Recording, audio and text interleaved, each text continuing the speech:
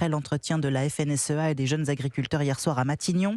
Gabriel Attal a promis des réponses rapides, mais à 5 mois des élections européennes, la pression est forte sur les épaules du Premier ministre. Oui, parce au cœur de la grogne des agriculteurs, Fanny, il y a surtout l'Europe et ses normes assommantes. Oui, et cette colère contre Bruxelles pose un problème politique à la Macronie, Arthur Delaborde. S'ils assurent soutenir la lutte contre le réchauffement climatique, les agriculteurs expriment un ras-le-bol des normes vertes pour lesquelles ils passent trop de temps à remplir des formulaires, usage assoupli des pesticides, restrictions d'irrigation ou encore jachère obligatoire, autant de règlements européens jugés trop contraignants. Emmanuel Macron lui-même semble en être convaincu. En mai dernier, il avait évoqué la nécessité d'une pause réglementaire au nom de la compétitivité.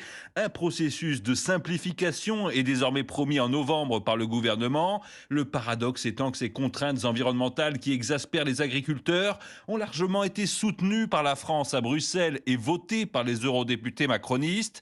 Une ligne assumée par plusieurs poids lourds du camp présidentiel qui souligne la nécessité de concilier les besoins du secteur agricole sous tension et la transition écologique. Mais face à la colère, à 5 mois des élections européennes, tous espèrent des concessions importantes de la part du gouvernement. Arthur Delaborde du service politique d'Europe 1, les agriculteurs